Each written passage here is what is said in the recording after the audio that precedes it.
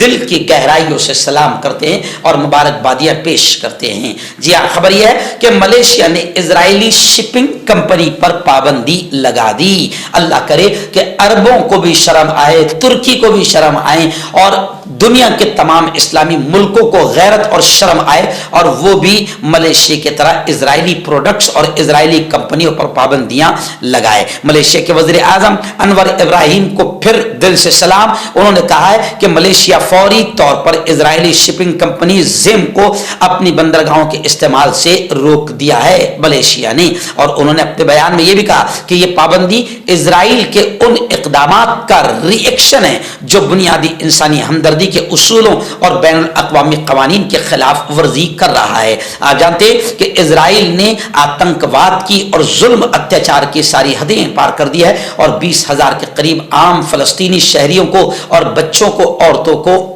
مار دیا ہے۔ اس لیے دنیا کے تمام انصاف پسندوں کو، اسلامی ملک تو بے غیرت اور بے شرم ہو چکے ہیں، دنیا کے تمام انصاف پسند ملکوں کو چاہیے کہ وہ اسرائیل پر کسی نہ کسی طریقے سے پابندیاں لگائے۔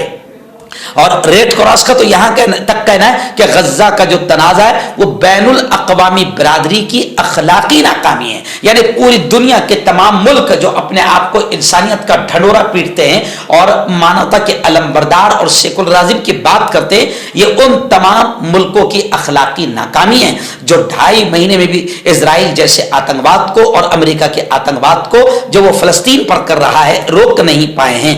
خیر، ملیشیا کے وزیر اعظم کو دل سے پھر سلام اور دنیا کے تمام ملکوں کو پیغام کہ خدا کے واسطے اسرائیل کے آتنکواد پر پابندی لگائیں۔ اس وقت متحدہ عرب امارات UAE دبئی وغیرہ سے بڑی خبر آ رہی ہے کہ طارق فیضی کی کاوشوں اور کوششوں سے دبئی میں بین اللغاتی میلے کا اہتمام کیا گیا۔ جاوید اختر کے ہاتھوں افتتاح عمل میں آیا۔ عربی، انگریزی، اردو، ہندی اور ملیالم کے قلم کاروں کی بھی اس میلے میں شرکت ہوئی۔ متحدہ عرب امارات کے 52ویں قومی دن کے موقع پر انڈیا سے تعلق رکھنے والے اور لیڈنگ ایج میڈیا کمپنی کے مالک طارق فیضی نے ایسے حسین بین اللغاتی میلے کا انعقاد کیا کہ جس نے متحدہ عرب امارات میں بسنے والی متنوع اقوام کے لیے ہم آہنگی اور محبتوں کے نئے دوار کر دیے۔ اس کثیر اللغاتی میلے میں 5 زبانوں عربی، ہندی، اردو، ملیالم اور انگریزی کے شاعروں، ادیبوں اور فنکاروں کو مدعو کیا گیا جنہوں نے شعر و غزل، نظم گوئی، داستان گوئی، مصوری، موسیقی اور رقص کے ذریعے اپنے فن کا بھرپور مظاہرہ کیا۔ اس فیسٹیول کی خاص بات یہ ہے کہ اس کی سرپرستی غزل اور نظم کے قد آور شاعر اور انگنت فلمی گیتوں کے خالق جاوید اختر نے کی، اور اسی طریقے سے اس فیسٹیول کا انعقاد انڈیا کلب دبئی میں کیا گیا۔